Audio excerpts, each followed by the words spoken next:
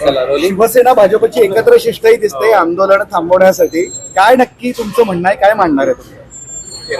आता अनेक विषयाबद्दल सरकारने निर्णय केलेले आहे.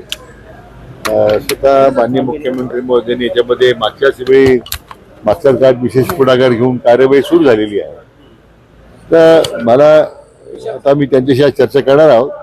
त्यांच्या काय मुद्दे आहेत, आणखीन काय कार्यवाही कुठे राहिला असेल, काही त्रुटी राहिल्या असतील तर त्या संदर्भात आज चर्चा करून त्यानंतर पुढे कारवाई करू. पण आता या बैठकीच्या दरम्यान कुठल्या विषयावर चर्चा करणार आहे तसा काही मसुदा त्यांनी त्याच्यापर्यंत सांगितलं त्या संदर्भात मी असं काही मसुदा नाही. आता आम्ही ऑलरेडी त्यांनी जे जे मुद्दे उपस्थित केलेले आहेत त्याच्या संदर्भात कार्यवाही झालेलीच आहे. आता त्या कारवाईमध्ये काही त्यांना त्रुटी वाटत असतील किंवा काय अडचण वाटत असेल तर आणखी चर्चा करू आपण त्याच्यामध्ये. हैदराबाद गॅजेटियर नंतर इतर गॅजेटियर लागू कराव्यात अशी त्यांची मागणी असल्याची कळत आहे सातारा किंवा इतर.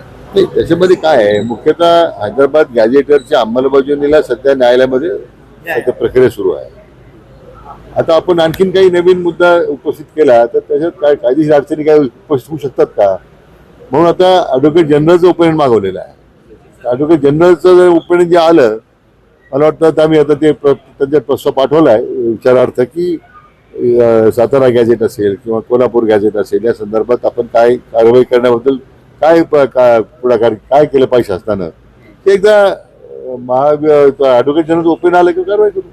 दोन्ही पक्षाचे नेते सोबत आहेत, शिवसेना आणि आपण शिष्टाईसाठी. असं पहिल्यांदा होतंय कारण यापूर्वी कधी उदयदादा अगोदर येऊन जायचे त्यामुळे मधल्या काळात टीका होत होती, आरोप झालेले होते की एकाच शिवसेनेचेच लोक शिवसेना वेगळं येतं, भाजप वेगळं येतं, आज येत एकत्र आहेत. आम्ही वेगळे कधीच नव्हतो. तर आपण मला वाटतं तो एक थोडा गैरसमज झालेला दिसतोय. एवढंच एक आम्ही संबंध निर्णय केले सगळे आतापर्यंत. असं काही वेगळेपणा काय त्याच्यात.